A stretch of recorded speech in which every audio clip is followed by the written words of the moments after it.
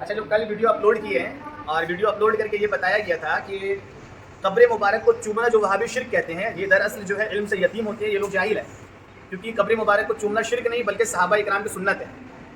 اور ہم کل یہ حدیث شریف بتائیں کہ حضرت مسند احمد بن حنبل کی حدیث شریف تھی کہ حضور پاک صلی اللہ حضرت ابو ایوب انصاری رضی اللہ تعالیٰ عنہ حضور کے روضے مبارک پر جاتے ہیں اور بوسہ لیتے ہیں۔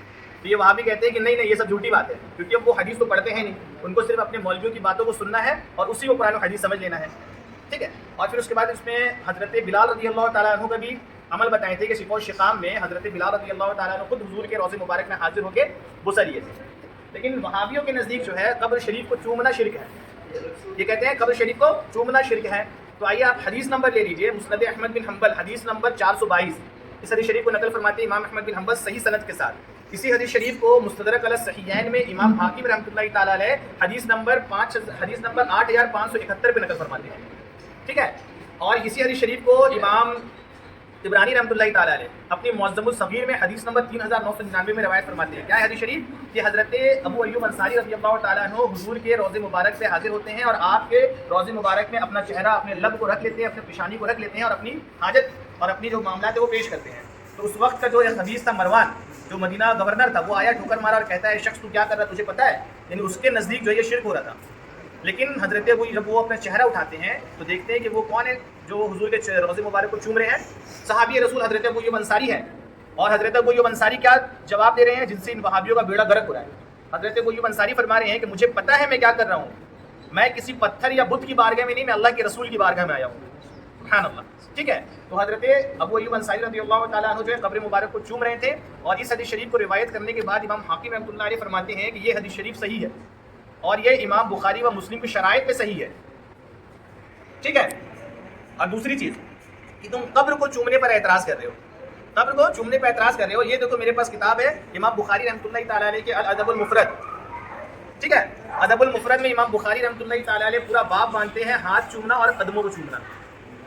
اب کوئی کسی کے قدم کو چومے گا تو ظاہر سی بات ہے جھکے گا، اور جھک کر ہی چومے گا۔ اب وہابیوں کے نزدیک جھکنا اور چومنا شرک ہے، تو اب یہ وہابی کیا اس پر فتویٰ لگائیں گے؟ یہ امام بخاری کی کتاب الادب المفرد، اس کا صفحہ نمبر ہے 448، ٹھیک ہے، اور یہ باب نمبر ہے 446 اور باب کا نام ہے پاؤں چومنا۔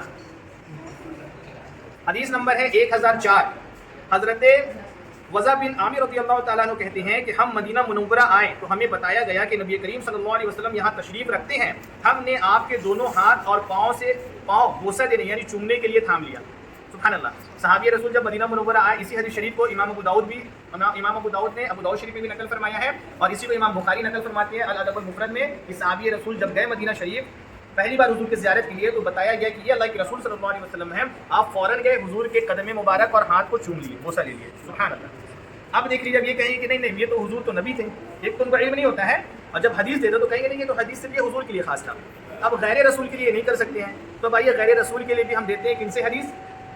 حضرت مولا علی کرم اللہ وجہ الکریم سے، سرکار مولا علی کرم اللہ وجہ الکریم جن کے بارے میں حضور نے فرمایا انا مدینۃ العلم وعلی بابها، میں علم کا شہر ہوں، علی اس کے دروازے ہے، تو اسی علم رسول کے شہر کے دروازے کا عمل بتاتا ہوں۔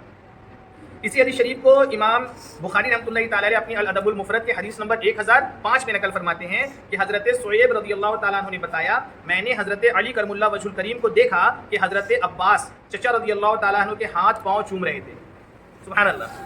سرکار مولا علی رضی اللہ تعالیٰ عنہ خود حضرت چچا، ان کے چچا جو حضرت عباس تھے، ان کے ہاتھ اور پاؤں کو چوم رہے ہیں، وہاں صحابی رسول حضور کے قدم پاک اور پاؤں کو چوم رہے ہیں، یہاں سرکار مولا علی کرم اللہ وجہ الکریم جو ہے وہ خود حضور پاک صلی اللہ علیہ وسلم اور اپنے چچا حضرت عباس کے ہاتھ اور پاؤں کو چوم رہے ہیں۔ روایت کرنے والے کون؟ امام بخاری رحمۃ اللہ تعالیٰ علیہ۔ یہ وہابیوں کے نزدیک جو شرک ہے وہ صحابی کے نزدیک وہ شرک نہیں۔ اہل ابن ماجہ شریف حدیث نمبر ہے 3705۔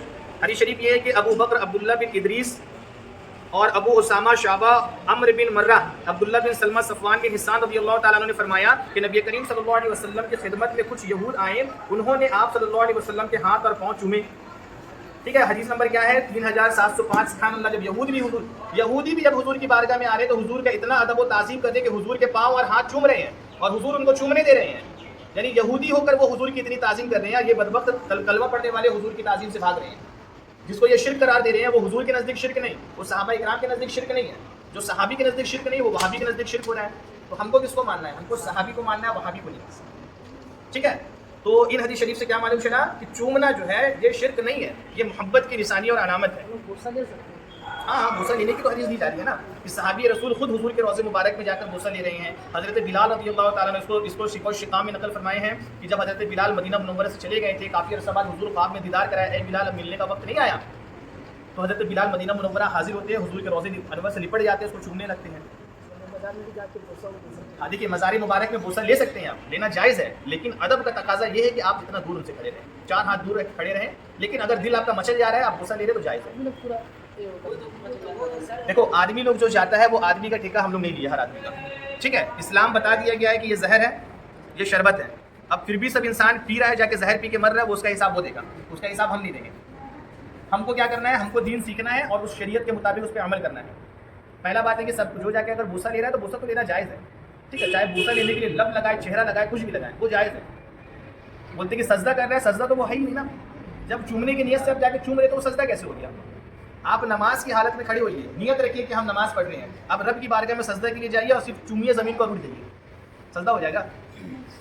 کسی وہابی کے مفتی سے پوچھ لیجیے, اگر کوئی جا رہا ہے انسان سجدہ کر رہا ہے, سوچو تم جا رہے ہیں سجدہ میں اور سبحان ربی الاعلیٰ پڑھ رہا ہے, خالی چوم رہا ہے اور اڑ جا رہا ہے, تو وہابی کے بغل میں ایسا کرو گے نا تو وہابی بولے کیا کر رہا ہے, کیا نماز کا مذاق بنایا ہوا ہے؟ بولے کیوں؟ بولے کیونکہ یہ کیا کر رہا ہے؟ بولے میں سجدہ کر رہا ہوں. بولے ارے بدبخت, سجدہ میں چوما نہیں جاتا ہے, ناک اور پیشانی رکھا جاتا ہے, سبحان ربی الاعلیٰ پڑھا جاتا ہے, تب سجدہ ہوگا. تو جب نماز میں انسان نیت رکھ کے سجدہ کی اور وہ جا کر ناک اور پیشانی نہیں رکھ کے صرف چوم کے اٹھ رہا ہے, اس کی سجدہ نہیں ہو رہی ہے, تو مزار مبارک میں جا کر اگر کوئی شخص سجدہ کی نیت بھی نہیں رکھ رہا ہے, نہ ہی سبحان ربی الاعلیٰ پڑھ رہا ہے وہاں پر, اس میں وہ جا کے بوسہ لے کے اٹھ جا رہا ہے, تو وہ سجدہ کیسے ہو گیا؟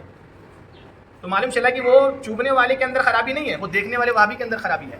ان کو بہت زیادہ شوق چڑھا ہوتا ہے مسلمانوں کو شرک کا فتویٰ لگا کے مشرک کہنے کا, جبکہ ان کو یہ نہیں معلوم ہے کہ اگر ہم کسی مسلمان کے اوپر شرک کا یا کفر کا فتویٰ لگا رہے ہیں, اگر وہ کافر و مشرک نہیں ہے تو ہم خود کافر و مشرک ہو جا رہے ہیں. اگر کوئی شخص جا کے بوسہ دے رہا ہے, چوم رہا ہے, جو صحابہ اکرام کی سنت ہے, صحابہ سے ثابت ہے, اور وہابی اس کو مشرک کہہ رہا ہے, اس کو شرک کہہ رہا ہے, جبکہ وہ شرک اور مشرک نہیں ہے, تو پھر یہ شرک کا فتویٰ کس پہ لوٹ رہا ہے؟ وہابی پہ. ایک تو جس عمل کو وہ شرک کہہ رہا ہے وہ عمل صحابہ کا ہے, ٹھیک ہے, اور وہ عمل شرک نہیں ہے, وہ جائز ہے, لیکن وہابی اس کو شرک کہہ کے اس کرنے والے کو مشرک کہہ رہا ہے, تو وہ شرک تو ہے نہیں, نہ ہی کرنے والا بندہ مشرک ہے. تو اب یہ لوٹ کے کس کے اوپر شرک آ رہا ہے؟ وہابیوں کے اوپر. یہ وہابی خود مشرک ہو رہے ہیں. تو اس لیے دین جو سیکھنا ہے وہ صحابی سے سیکھے, کسی وہابی سے نہیں. اور آپ کو اتنے ساری دلائل دے کر بتا دیا گیا ہے کہ صحابہ اکرام کی سنت ہے قبروں کو چومنا, خود صحابی رسول کی سنت ہے حضور کے قدم مبارک کو چومنا, حضرت مولا علی کی سنت ہے حضرت عباس حضرت ان کے چچا کے قدم کو چومنا, اور ماں باپ کے قدموں کو بھی چومنا جائز ہے, استاد شیخ پیر و مرشد کے قدموں کو بھی چومنا جائز ہے, جس کو یہ وہابی بدبخت شرک کہتے ہیں. اور شرک اس لیے کہتے ہیں کہ ان کو ان حدیثوں کا علم ہوتا نہیں ہے, ان کے مولوی اس کو بتاتے نہیں. ٹھیک ہے, چلیے.